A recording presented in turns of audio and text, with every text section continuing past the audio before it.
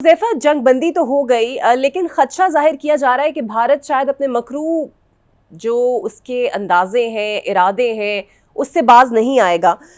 सवाल ये है कि हुकूमत संतास मुआहदा बहाल करने के लिए अब मज़ीद क्या कोशिशें कर रही है? और आपको लगता है कि जिस मुल्क ने कहा है कि सालसी कराई जाए, अब वो एक्टिवली इसके अंदर पार्टिसिपेट कर रहा है ताकि सालसी का अमल जल्दी शुरू हो? जी इकरा, बहुत शुक्रिया जी। आप समेत मैं समझता हूँ कि पाकिस्तान में जितने भी नाज़रीन आपका शो देख रहे हैं, मैं सब पे पैगाम देना चाहता हूँ कि आप सब लोग रेस्ट एश्योर रहें कि हम भारत के अज़ाइम जो है किसी सूरत भी जो है वो कामयाब नहीं होने देंगे। और आपने तो सिर्फ सिंतास माहदे की बात की, हमने तो जंगबंदी ही इसी शर्त पर की थी कि 4 मामलात हैं जिस पर हम कोई कंप्रोमाइज़ नहीं करेंगे। और हमने जो हमारे दोस्त हैं इंटरनेशनल ममालिक, जिनमें सऊदी अरेबिया सर फ़हरिस्त, उसके बाद यूनाइटेड स्टेट्स हमारा स्ट्रेटजिक पार्टनर है, टर्की ने हमें कहा, चाइना ने कहा, तो हमने उन्हें कहा कि सिर्फ आप ये समझते हैं कि सिंतास माहदा, लेकिन हमने उन्हें कहा कि सिंतास माहदे को बहाल नहीं किया जाना, बल्कि भारत अपना गैर कानूनी इकदाम वापस ले, क्योंकि सिंतास माहदे को कोई एक भी पार्टी यानी सिंगल हैंडेड उसे ख़त्म नहीं कर सकती, वन साइडेड ख़त्म हो ही नहीं सकता। उस माहदे में बाकायदा मेंशन है कि दोनों पार्टीज़ की जब भी इसमें अमेंडमेंट होगी, ख़त्म होगा या जो भी इसकी एक्सटेंशन होगी, दोनों पार्टीज़ की मुशावरत से होगी। दूसरा, हमने इन्हें कहा था कि जिस तरीके से भारत ने हमारी आबी तनसीबात को निशाना बनाया है, हमारे पास आसान था कि हम दरियाए चनाब पर और इंडस माइटी पर जो भारत ने जितने भी डैम्स बनाए, हम उन्हें निशाना बना सकते थे, लेकिन कभी भी दुनिया की तारीख़ में ऐसा नहीं हुआ कि जंगों के दौरान जो है वो आबी तनसीबात को निशाना बनाया जाए। लेकिन आबी तनसीबात को कैलकुलेटेड मूव के ज़रिए बाकायदा निशाना बनाया गया।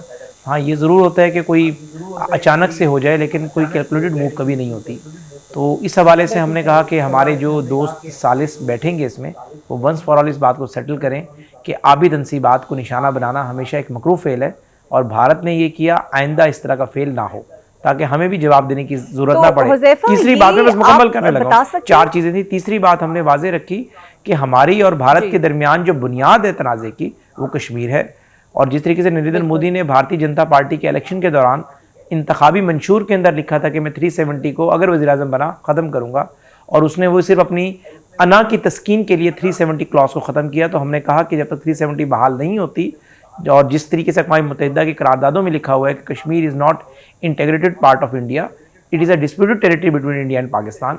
और इसी ठीक तरीके है। से जो भारत एक स्टेट ओन दहशतगर्दी कर रहा है, कनाडा में की, बलूचिस्तान में कर रहा है, कैनेडियन गवर्नमेंट ने कहा कि इनके एक डिप्लोमेट ने बाकायदा तौर पर जो है कातिल को सपोर्ट किया। तो ji Huzaifa, do you have any clear information कि ये पाक भारत मुज़ाकरात किसी न्यूट्रल मुकाम पे होंगे, कब शुरू हो रहे हैं?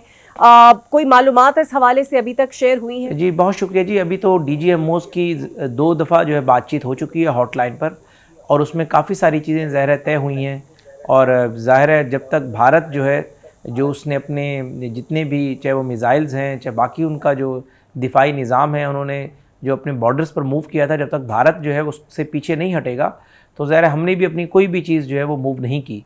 और इसी तरीके से मैं ये समझता हूँ कि जब तक ये सारी चीज़ें भारत जो है इसको जो है नहीं करता, इस सारी चीज़ों को वापस नहीं लेकर जाता, और जो उसने जारियत मुसल्लत की, उसके बग़ैर जो है ज़ाहिर न्यूट्रल मकाम पर बैठना भी बेसूद होगा।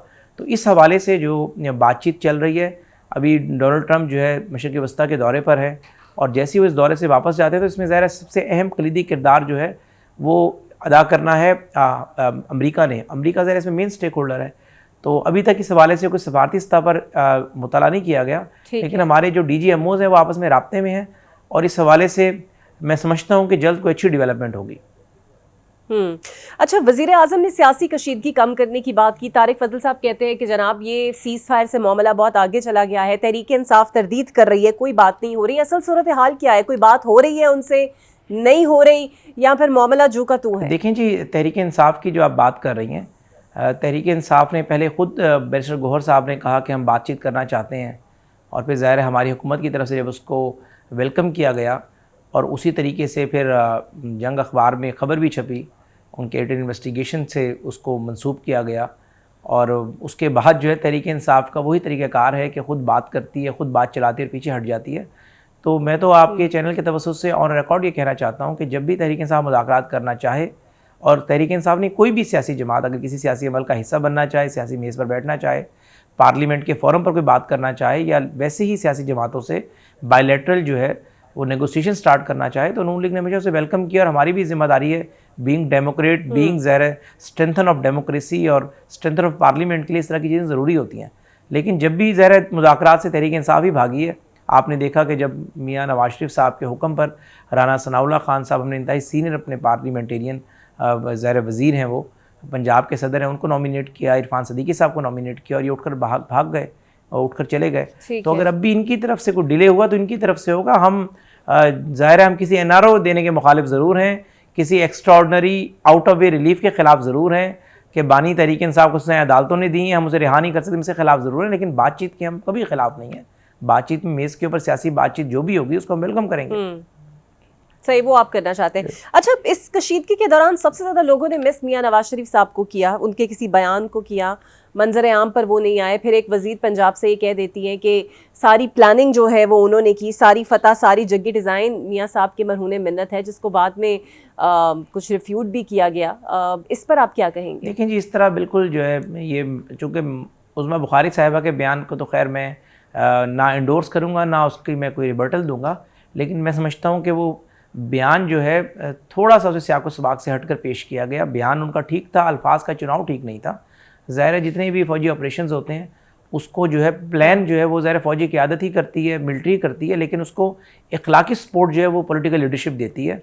और इस ऑपरेशन के दौरान भी मियाँ मोहम्मद नवाज शरीफ साहब ने इसकी सारी निगरानी इस हवाले से की कि ज़ाहिर उनका एक तजर्बा है, एक स्टेट्समैन है, 3 दफ़ा के वज़ीर आज़म रहे, 2 दफ़ा वज़ीर आला पंजाब रहे। तो PM हाउस में जो जितनी भी मीटिंग्स हुई तो मौजूदा पाकिस्तान की जो सियासी क़यादत है, जिनमें वज़ीर आज़म साहब और कैबिनेट और आपकी अस्करी क़यादत, जिनमें तीनों मुसल्लह अफ़वाज के सरबराहान, सबकी एक ही ख्वाहिश थी कि मियाँ, चूँकि भारत से एक इंतहाई हसास मौके पर हम आकर खड़े हो गए हैं और मियाँ साहब का एक बड़ा एक्सपीरियंस है इस पाकिस्तान को रूल करने के हवाले से, गवर्न करने के हवाले से, डिप्लोमेटिक हवाले से भारत के साथ उनका बड़ा नहीं, वो समझते हैं उतार चढ़ाव ताल्लुकात को। वाजपेयी यहाँ आया, मोदी यहाँ आया, बाकी मियाँ साहब ने उतार चढ़ाव देखा।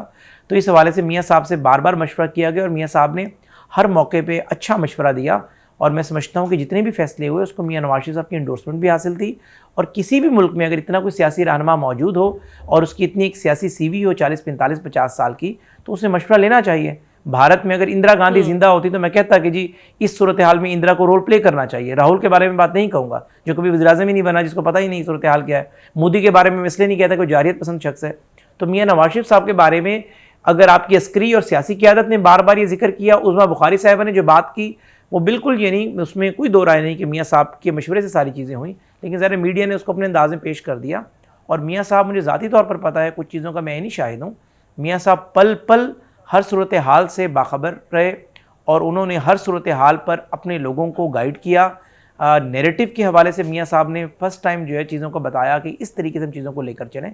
लेकिन जाहिर है जिस तरीके से मेरी आपकी यही सोच होगी कि अगर आप 100 में से 99 दफ़ा मुझसे पूछेंगे तो हम कहेंगे अमन होना चाहिए, पाक भारत अमन होगा तो खित्ते में अमन होगा। यही मियाँ साहब की ख्वाहिश थी, यही उनकी सोच थी। लेकिन मियाँ साहब ने कहा कि पाकिस्तान की ग्रेस, पाकिस्तान की सालमियत और पाकिस्तान की ज़ाहिर यकजहती और पाकिस्तान की जो एक आज़ाद खारजा पॉलिसी है उस पर कोई कंप्रोमाइज़ नहीं हो सकता। अगर भारत हमला करेगा तो ईंट का जवाब हमें पत्थर से देना चाहिए, और फिर हमने दिया भी। तो इस हवाले से बात ऑन रिकॉर्ड है कि मियाँ नवाज शरीफ साहब ने पूरा इस हुकूमत को बैकिंग की। इस सारी सूरत हाल के अंदर मियाँ साहब मुकम्मल आगाह रहे। लेकिन ये ज़रूर है कि मियाँ साहब का अपना एक स्टाइल है, मियाँ साहब स्क्रीन पर आना, रिबर्टल देना चीज़ों का। अगर मियाँ साहब पंजाब में उनकी बेटी वज़ीर आला है, मरकज़ में उनके भाई वज़ीर आज़म है, मुझे आप बताएं ऐसी कौन सी वजह होगी कि इतने मीडिया मैनेजर्स मौजूद हैं, वज़ीर इत्तलात मौजूद हैं,